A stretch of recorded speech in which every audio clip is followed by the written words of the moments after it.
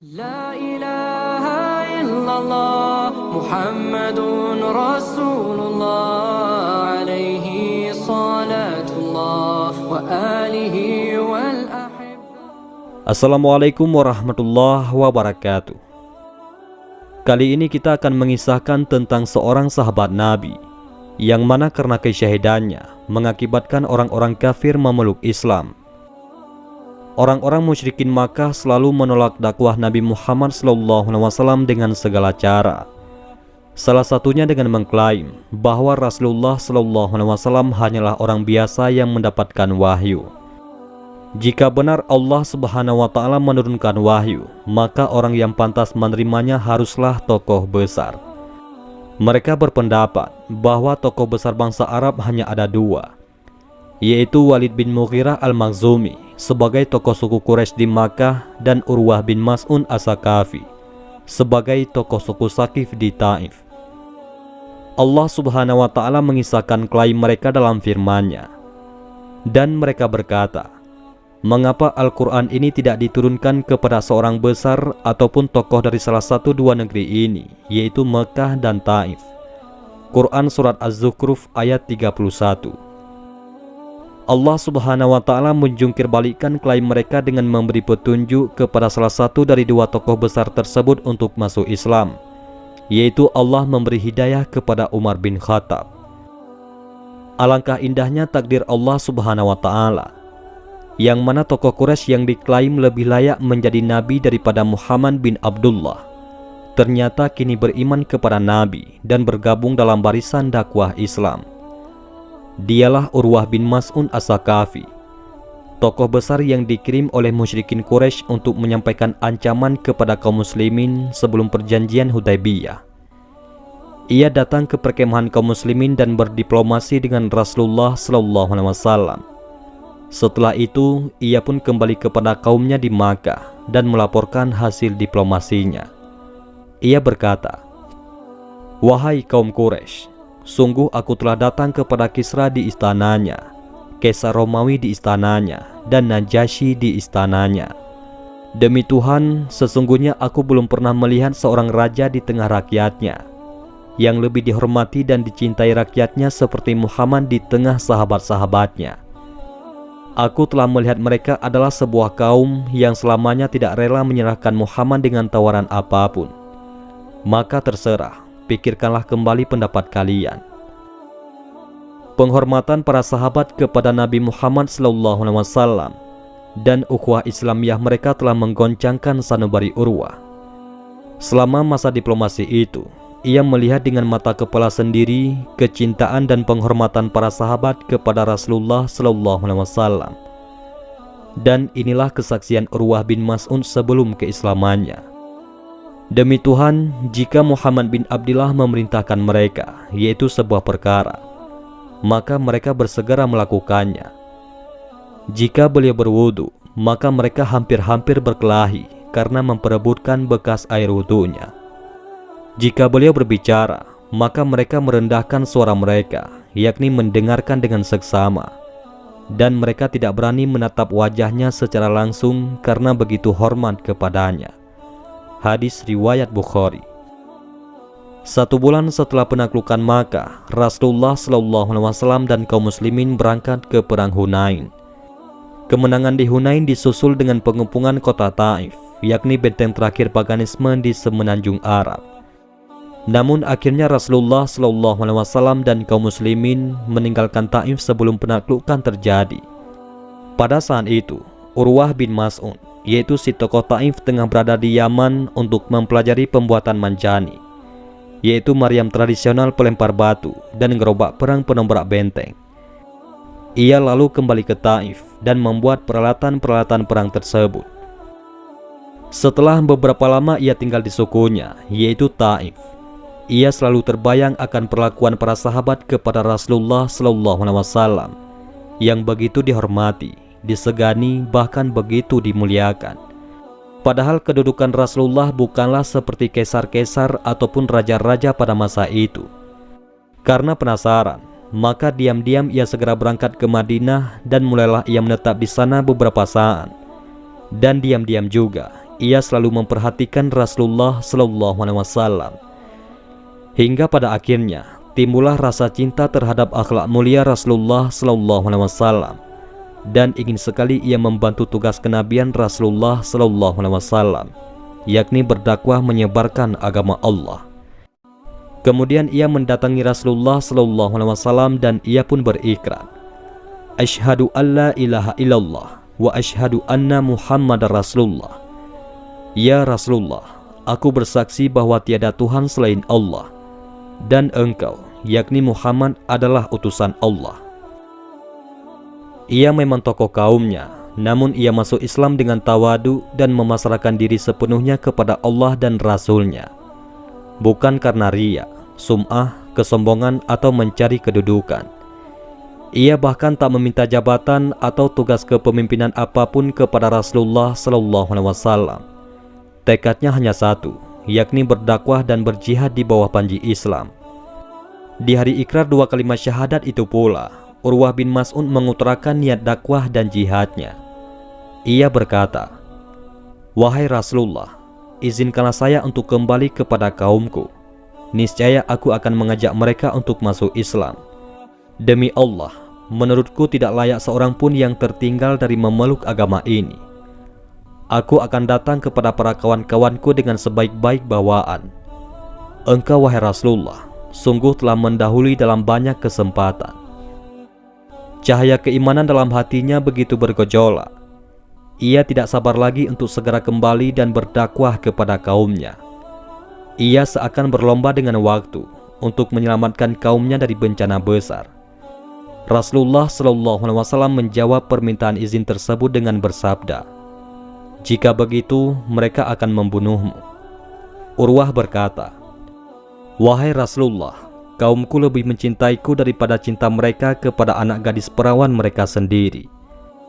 Begitu mulia, terhormat dan dicintainya ia oleh kaumnya.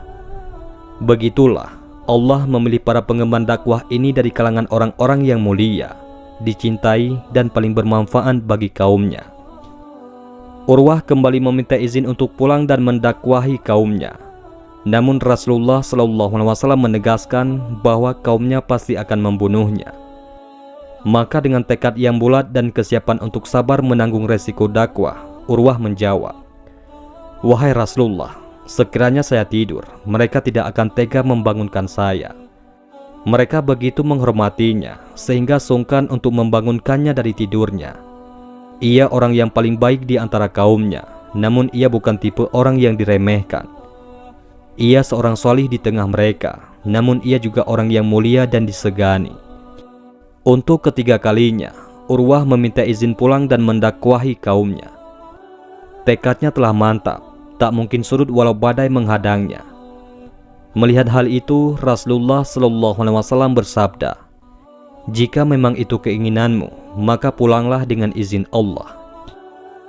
Urwah radhiyallahu anhu bergegas kembali ke Taif, sehingga dalam waktu 5 hari ia telah tiba di waktu malam. Tradisi suku Taif mengharuskan musafir yang baru pulang dari safar untuk mendatangi berhala Lata. Mereka memanggilnya Rabbah, yakni Tuhan perempuan, bertawaf mengelilinginya dan mencukur rambut kepala mereka sendiri sebelum masuk rumahnya. Urwah tidak melakukan hal itu. Di hadapan tokoh Sakif lainnya, ia mengaku kelelahan setelah menempuh perjalanan yang sangat jauh. Ia lalu masuk ke rumahnya. Keluarganya memberi ucapan salam jahiliyah, namun ia menjawab, "Hendaklah kalian mengucapkan salam penduduk surga. Assalamualaikum warahmatullahi wabarakatuh." Ia lalu mengajak mereka untuk masuk Islam. Kontan saja mereka marah dan mencaci maki dirinya. Dengan sabar ia menjawab, "Wahai kaumku, apakah kalian menuduhku yang bukan-bukan? Bukankah kalian mengetahui bahwa di antara kalian aku adalah orang yang paling baik nasabnya, paling banyak hartanya, dan paling kuat anggota keluarganya? Tidak ada yang mendorongku masuk Islam selain karena aku melihat suatu perkara yang baik yang tidak selayaknya seorang pun tertinggal dari mengikutinya. Terimalah nasihatku, janganlah membangkang. Demi Allah, tiada suatu utusan yang datang kepada suatu kaum membawa bawaan yang lebih utama dari bawaan yang aku bawa kepada kalian ini. Ia telah datang kepada mereka dengan membawa agama Allah dan syariatnya, yang akan memberikan kebahagiaan dunia dan akhirat kepada mereka. Namun mereka semakin kesal, marah dan benci kepadanya. Mereka berkata, "Demi Lata, engkau tidak menyembah Rabbah dan tidak mencukur rambutmu untuknya. Kami menduga bahwa engkau telah berubah agama." Maka mereka membuat konspirasi untuk membunuhnya. Keesokan harinya pada waktu fajar terbit, Urwah keluar dari kamarnya dan mengumandangkan azan subuh. Maka mereka mengepungnya dan memanahnya, sehingga sebuah anak panah menancap di pelipisnya. Darahnya mengucur deras, namun ia membiarkannya dan melanjutkan sholat subuhnya. Ketika ia telah kehabisan banyak darah, maka seluruh anggota keluarganya dikumpulkan bersama orang yang memanahnya dan beserta seluruh anggota suku lainnya. Pada detik-detik terakhir hidupnya tersebut, Urwah berpesan, "Janganlah kalian saling berperang karena urusan nyawaku.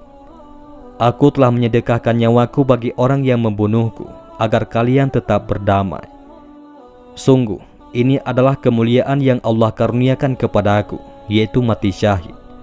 Allah telah mengiringnya kepadaku. Aku bersaksi bahwa Muhammad adalah Rasul Allah. Beliau telah memberitahukan kepadaku bahwa kalian akan membunuhku. Maka kuburkanlah aku bersama para syuhada yang gugur saat berperang bersama Rasulullah SAW sebelum beliau wafat." Mereka pun melaksanakan wasiat Urwah bin Mas'un As-Saqafi. Ketika berita itu sampai ke Madinah, Rasulullah SAW bersabda, "Perumpamaan Urwah adalah seperti tokoh dalam surat Yasin yang mengajak kaumnya untuk mengikuti agama Allah, namun mereka justru membunuhnya. Doa Urwah agar kaumnya tidak saling berperang demi menuntut balas nyawanya dikabulkan Allah.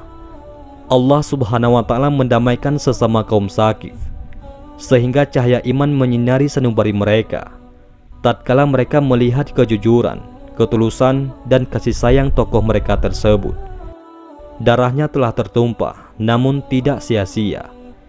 Ia menjadi minyak bagi pelita iman yang menerangi suku Saqif. Akhirnya mereka memeluk Islam secara sukarela. Di bulan Ramadan tahun 9 Hijriah tersebut, utusan suku Saqif berangkat ke Madinah dan menyatakan keislaman mereka di hadapan Rasulullah SAW yang baru kembali dari perang Tabuk. Sebuah pengorbanan yang indah buahnya. Urwah telah menyerupai jejak Nabi Isa bin Maryam secara fisik maupun akhlak. Secara fisik, Rasulullah SAW sendiri mengisahkan pengalaman beliau pada malam Mi'raj ke langit. Rasulullah bersabda, "Para nabi telah ditunjukkan kepadaku.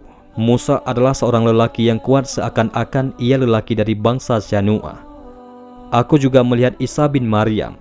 Ternyata orang yang aku lihat paling serupa dengannya adalah Urwah bin Mas'un." Hadis riwayat Muslim. Adapun secara akhlak, Urwah telah memberi keteladanan dengan meninggalkan kedudukannya demi bergabung dalam kafilah sahabat Nabi. Ia lalu berdakwah, bersabar dan menanggung segala resiko demi menunjukkan kaumnya ke jalan Islam.